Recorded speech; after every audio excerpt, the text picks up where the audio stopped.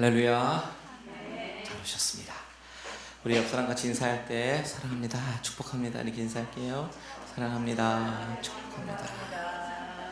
예, 여러분들 뵈서 너무 반갑습니다.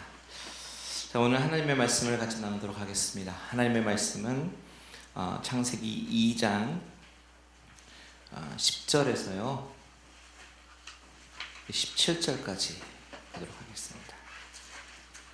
창세기 2장 10절에서 17절까지.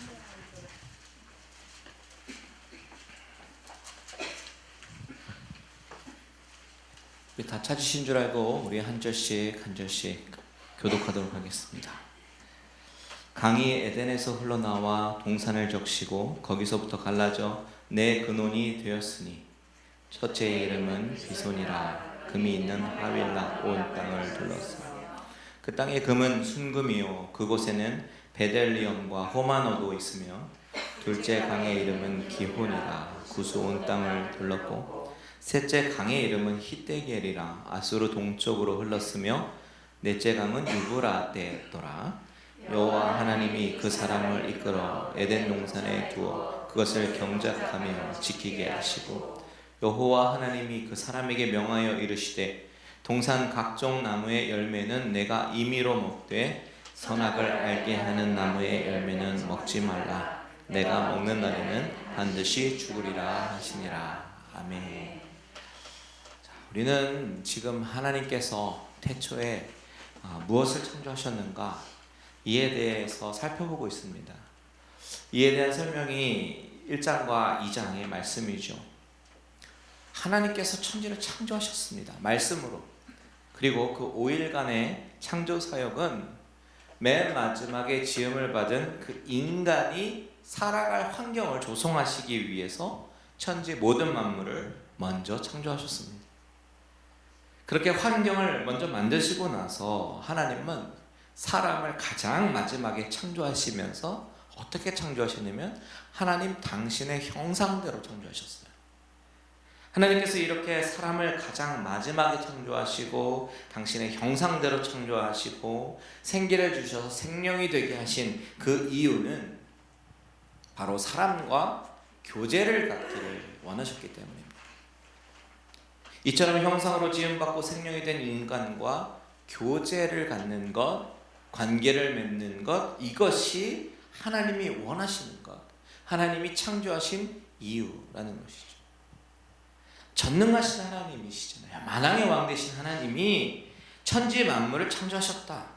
그래서 하나님의 나라가 완벽하게 건설되었다. 이것이 아니라 다스리는 왕이 있다면 섬기는 백성이 있어야 되는 것이에요. 그래서 우리가 지난 시간에 주목해 본 것이 있지요. 두 가지입니다. 첫 번째는 뭐냐면 하나님의 이름의 변화였습니다. 엘로힘이 아니라 야훼, 즉 하나님에서 여호와 하나님으로 이름이 바뀐 그 변화를 우리가 살펴보았습니다. 왜 이것이 중요하다고 그랬어요? 이것이 여호와 하나님이라는 그 이름 속에 담긴 의미가 바로 언약하시는 하나님, 즉 인간과 언약을 통해서 관계를 맺으시는 하나님이다라는 그 의미가 담겨있기 때문이다 라고 말씀드렸죠. 그래서 두 번째 변화, 즉 하늘과 땅을 만드신 하나님이 땅과 하늘을 만드셨다 기록하는 그 이유입니다. 이제 땅과 인간에 집중하는 것이죠. 하나님은 당신의 피조물인 인간을 만드실 때에 흙으로 비우시고 그 코에 생기를 불어넣으셔서 생명이 되었다라고 성경은 증거하고 있죠. 생명이 되었다. 살아있는 영이 된 것입니다. 즉 영혼을 창조하셔서 하나님은 인간과 더불어서 영적인 교제를 나누기를 원하셨습니다. 그 하나님과 인간과의 교제는 바로 언약으로 나타나는 것이죠. 그 언약이 무엇입니까? 나는 너의 하나님이 되겠다. 너는 나의 백성이 될 것이다. 이것입니다. 그래서 선악을 알게 하는 나무와 생명나무를 지으셨습니다. 오늘은 이 아담과 맺으신 창조 언약에 대해서 좀 더 자세하게 살펴보기 원하는데요. 자, 그러기 위해서는 에덴 동산에 대해서 좀 먼저 살펴봐야 됩니다. 그리고 나서 에덴 동산과 창조 언약의 연관성에 대해서 생각해 봐야 되기 때문에 먼저 에덴 동산에 관한 이야기를 좀 나누겠습니다. 자, 오늘 본문에 보면 에덴 동산에 흐르는 강에 대해서 언급이 되어 있어요. 10절에서 14절의 내용입니다. 우리 같이 한번 읽어보겠습니다. 10절에서 14절 시작. 강이 에덴에서 흘러나와 동산을 적시고 거기서부터 갈라져 내 근원이 되었으니 첫째의 이름은 비손이라. 금이 있는 하윌라 온 땅을 둘렀으며 그 땅의 금은 순금이요 그곳에는 베델리엄과 호마노도 있으며 둘째 강의 이름은 기혼이라. 구수 온 땅을 둘렀고 셋째 강의 이름은 히데겔이라. 아수르 동쪽으로 흘렀으며 넷째 강은 유브라데라. 자, 여기서 네 개의 강의 이름이 나오는데요. 첫째는 비손, 둘째는 기혼, 셋째는 히데겔, 네 번째는 유브라데 강입니다. 자, 그렇다면 이 창세기 2장에서 왜 뜬금없이 이 네 개의 강에 관한 이야기가 나올까? 이것이 우리의 궁금한 질문 중에 하나입니다. 왜 창세기 2장에서 에덴 동산의 이야기를 할 때 갑자기 네 개의 강의 이름이 언급이 되는가? 이것에 대한 해답을 찾아나가기 위해서 우리가 먼저 주목해 봐야 되는 구절이 바로 10절입니다. 10절을 보면 강이 어디에서 흘러나온다고 말합니까? 에덴에서부터 흘러나와서 동산을 적신다 라고 얘기하고 있어요. 그리고 거기서 갈라져서 내 근원이 되었다 라고 말합니다. 여러분, 에덴이라고 하는 단어의 뜻이 무엇이냐면요, 에덴은 joy, delight 그런 의미를 가졌어요. 즉 에덴은 기쁨이다, 기쁨이라는 뜻입니다. 이것은 무엇을 의미하냐면 하나님이 사람을 만드시고 에덴 동산에 두셨을 때 하나님이 의도하신 것은 바로 인간에게 기쁨을 주시기 원하셨다라는 사실을 우리가 알 수 있습니다. 하나님이 당신의 형상대로 사람을 만드시고 에덴 동산에 두신 이유는 에덴 동산에서 가장 행복하게 사는 것이 하나님께서 의도하신 에덴 동산의 삶이었기 때문입니다. 그런데 하나님이 의도하신 인간의 행복이라고 하는 것은 우리가 흔히 생각하는 잘 먹고 잘 사는 행복이 아니죠. 즉 에덴 동산에서 열리는 열매 따먹고 물고기 잡아먹고 동물 잡아먹고 걱정 근심 없이 하는 그 잘 먹고 잘 사는 복이 아닙니다. 하나님은 고작 그것을 주시려고 인간에게 에덴을 만드신 것이 아닙니다. 하나님의 의도는 무엇이냐면 우리 에스겔서 28장으로 한번 가보겠습니다. 28장 13절 같이 한번 읽습니다. 시작. 내가 옛적에 하나님의 동산 에덴에 있어서 각종 보석 곧 홍보석과 황보석과 금강석과 황옥과 호옥만호와 창옥과 청보석과 남보석과 홍옥과 황금으로 단장하였으며 내가 지음을 받던 날에 너를 위하여 소고와 비파가 준비되었다.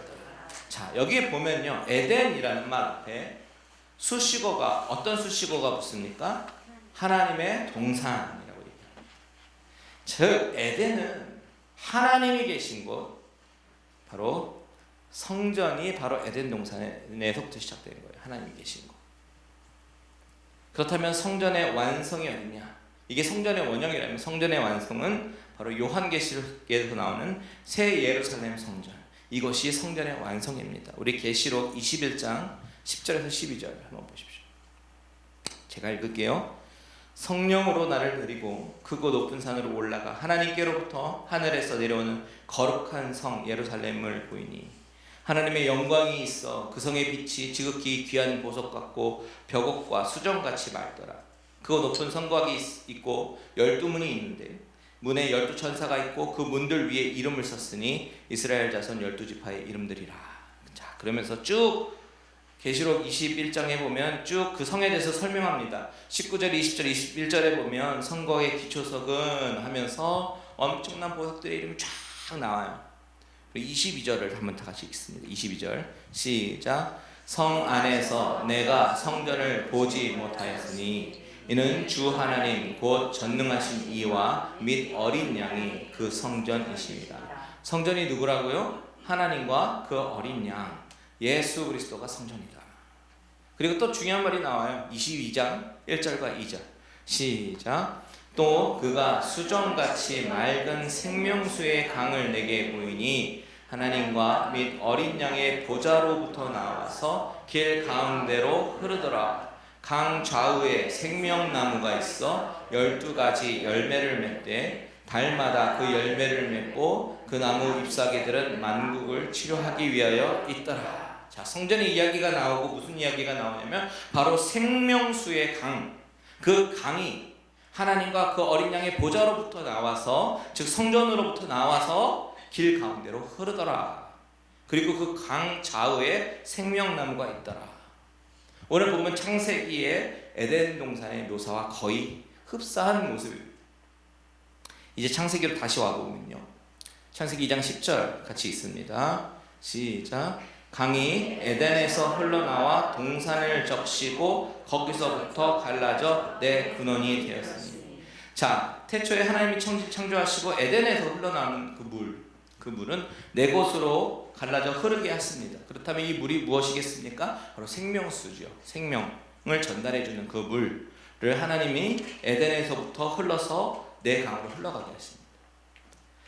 여러분, 에스겔 성전 환상 기억나시죠? 그곳에서도 성전에서 물이 흐릅니다. 성전 문지방에서부터 물이 흐르는데 그 물이 처음에는 발목에 차고 무릎에 차고 허리에 차고 나중에는 헤엄쳐서 못 건널 그런 큰 강을 이루게 되고요. 그것이 바다와 만나게 되는 우리가 에스겔의 환상이 보게 되는데 그 물이 닿는 곳은 다 어떻게 됩니까? 다 생명을 얻게 됩니다. 다 살아나요. 이것이 요한계시록의 마지막에 하나님이 보여주신 하나님 나라의 완성에 대한 그림입니다. 새 예루살렘에는 하나님의 성전이, 하나님께서 성전이 되시기 때문에 눈에 보이는 성전은 없어요. 하나님이 계신 곳, 하나님이 임하시는 곳이 성전이 되는 것이죠. 에덴 동산에서 강물이 흐른다. 그리고 거기서부터 흐르는 강물이 사방으로 흘러서 생명의 근원이 되게 하신다라는 이 창세기의 그림은 뭡니까? 바로 에덴 동산이 성전의 원형이다. 이것을 보여주는 그림이다라는 것이죠. 이것이 우리에게 중요한 의미를 알려주는데요.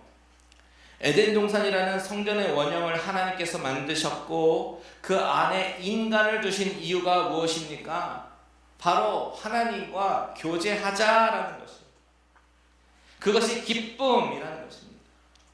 하나님과 교제를 누리는 기쁨, 그 기쁨과 행복, 에덴, 이것을 인간에게 주시려고 했다는 그 사실을 이 강물의 갈라짐과 근원을 통해서 말씀하고 있는 것입니다. 우리가 지난주에 여호와 하나님에 대해서 이야기하면서 여호와 야훼라는 이름을 말할 때는 언약에 대해서 말할 때 쓰인다고 이야기했죠. 지금 에덴 동산의 이야기는 무슨 이야기입니까? 하나님이 사람을 만드시고 그 사람과 교제하면서 관계를 맺으시면서 행복과 기쁨을 누리게 하시는 것, 하나님도 기뻐하시고 인간도 기뻐하게 하시는 것, 이것이 하나님께서 에덴 동산을 만드시고 인간을 만드시고 그 동산에서 거하게 하신 의도와 목적이다라는 사실이에요. 그래서 하나님은 선악을 알게 하는 나무와 생명나무를 동산에 주시고 선악을 알게 하는 나무의 실과를 먹지 말라고, 그렇게 되면 죽는다고 하시는 언약을 하시는 것입니다. 하나님이 아담의 하나님이 되고 아담은 하나님의 보호 아래서 하나님과 교제하면서 관계를 맺으면서 하나님의 백성이 되는 것, 그것이 바로 창조 언약이라고 하는 것입니다. 15절 한번 보십시오. 15절 같이 있습니다. 시작. 여호와 하나님이 그 사람을 이끌어 에덴 동산에 두어 그것을 경작하며 지키게 하시고. 자, 처음에 하나님께서 인간에게 맡기신 일이 있었습니다. 그것이 뭐냐면 바로 다스리고 지키는 것입니다. 그런데 흥미로운 것이 뭐냐면, 자, 모세오경 청출레미 신, 이 모세오경에서 다스린다, 지킨다라는 이 단어가 특정한 일에 한정돼서 쓰였어요. 어떤 일에 쓰였냐면 바로 재판장의 역할, 재판장의 일이 바로 다스리고 지키는 일입니다. 당시 제사장은 재판장의 역할까지도 했잖아요. 즉 제사장의 일은 하나님께 제사 드리는 일도 해야 되겠지만 그 공동체의 울타리를 쳐서 나쁜 것으로부터 그 공동체를 지키는 것, 그것이 제사장이 해야 할 일이었습니다. 그렇다면 자, 오늘 본문에 아담이 받은 사명, 에덴 동산을 지키는 것입니다. 그것이 첫 번째 임무입니다. 무엇으로부터 지켜야 합니까? 거룩을 방해하는 모든 것, 죄의 근원, 이런 것으로부터 지켜야 합니다. 그 이야기는 다르게 말하면 아담이 해야 할 일 중에 하나가 뭐냐면 뱀이 들어와서 하와에게 꼬시는 것을 옆에서 막았어야 된다는 그런 이야기입니다. 이 이야기가 오늘날 우리에게 주는 함축적 의미가 또한 있습니다. 그것이 뭐냐면 오늘날 우리 신자들을 왕같은 제사장이라고 말하지 않습니까? 그렇다면 오늘 본문과 연결지어서 우리가 생각해 볼 것은 오늘날 우리가 이 세상에서 해야 될 일이 무엇일까? 바로 교회라는 울타리 가운데 이 세상으로부터 교회가 순수성과 거룩성을 잃어버리지 않도록 우리가 지키고 노력해야 한다는 것입니다. 여러분, 우리가 교회의 순수성과 거룩성을 잃어버리지 않는 역할을 감당해야 된다고요. 그것이 우리의 사명이란 말입니다. 그렇다면 우리에게 또 다른 중요한 질문이 하나 또 떠오르겠죠. 그것이 무엇이냐면 그렇다면 우리가 어떻게 해야지 교회의 순수성과 거룩성을 지킬 수 있는가? 이 질문입니다. 여러분, 어떻게 해야 될까요? 바로 하나님의 말씀에 순종하는 것밖에 없는 줄 믿습니다. 하나님의 말씀 속에 있는 하나님의 뜻을 거룩하게 잘 구별하고 하나님의 말씀이 우리 삶의 중심이 되게 하고 그 말씀에 순종하면서 말씀대로 사는 것, 이것이 바로 교회가 교회답게 세워지고 성전이 성전으로서의 기능을 잃지 않는 것입니다. 하나님이 아담에게 주신 명령이 뭐예요? 에덴을 지키게 하고 선악을 알게 하는 나무의 열매를 먹지 못하게 하셨습니다. 그 언약의 말씀을 지켰어야 하는 것입니다. 아담이 말씀을 지키지 못하고 순종하지 못한 이유가 뭐예요? 바로 하나님의 말씀을 전적으로 신뢰하지 못했기 때문입니다. 이 불신의 모습이 바로 아담의 실패의 모습이고 저와 여러분의 실패의 모습이 될 수 있는 것이다라는 사실을 기억해야 합니다. 그렇다면 우리가 이 창세기 2장의 말씀을 주목해 봐야 되는 이유가 바로 여기에 있습니다. 이 문제가 중요한 이유가 있습니다. 그것은 처음에 아담과 맺으신 관계, 그 관계는 결국 인류의 머리가 되는 아담과 하나님과의 맺은 관계이기 때문에 결국 인류와 맺은 하나님의 관계라는 것이죠.